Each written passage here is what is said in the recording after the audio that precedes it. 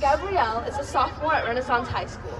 Over the past over the past year, she has and continues to work with Bay Vote to advocate for voting rights and youth involvement in government. Gabrielle is currently interning for Senator Wintrow at the State House this session.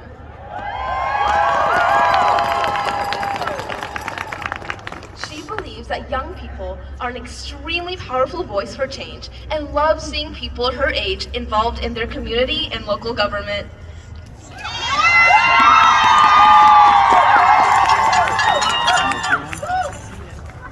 I rewrote this entire speech last night. Why? Because I decided it was too removed, too cold, and I didn't really feel the empowerment, the rage, and the frustration, but also the sliver of hope that I feel right now looking across the crowd today. Because this is real. This is me at 15, a sophomore in high school, extremely concerned about her community, her state, and her country, and the direction it's going in.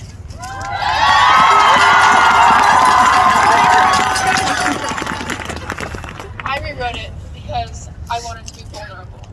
I wanted to show my humanity, and I wanted to show the legislators in this Capitol that I too am human and deserve to be treated as such.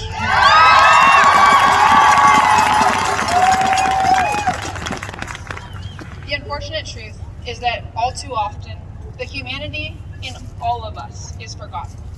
Too many forget that we're all just souls trying to find our way. And this lack of simple awareness has turned politics into a game. And I don't know about you, but that really scares me. When I play Monopoly, I play to win.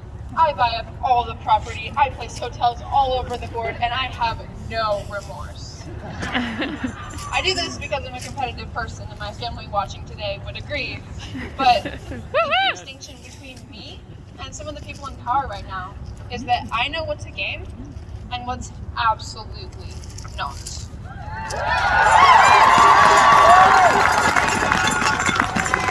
Your bodily autonomy is not a game.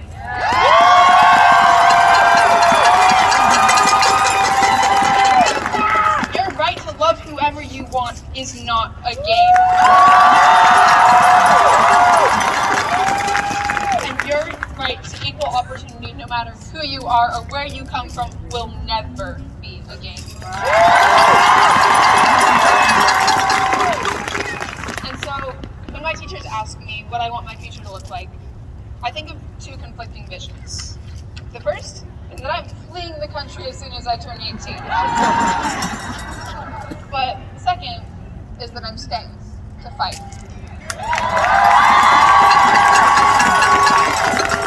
It would be so easy to leave. So easy. But the thing about humanity is that no matter how hard we try to suppress it, there's always going to be that little part of us, that little sliver of hope, and the natural instinct to fight for what is right.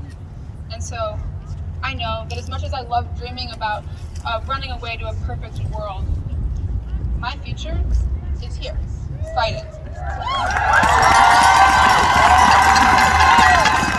It's fighting alongside and for each and every one of you.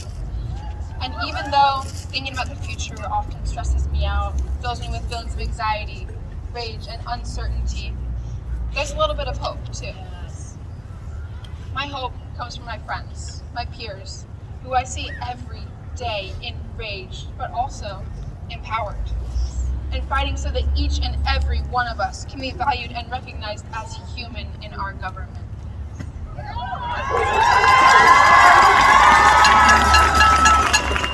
Because even though our game nights may get heated, we know what's a game and what's not. Our future is not a game.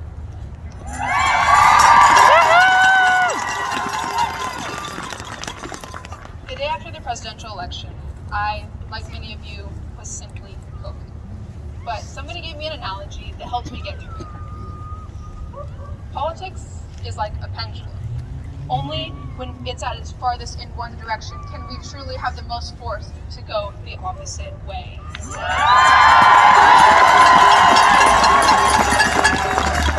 That time is even though it feels overwhelming, I couldn't be prouder or more grateful, because how lucky are we that we get to be a part of the solution. Thank you.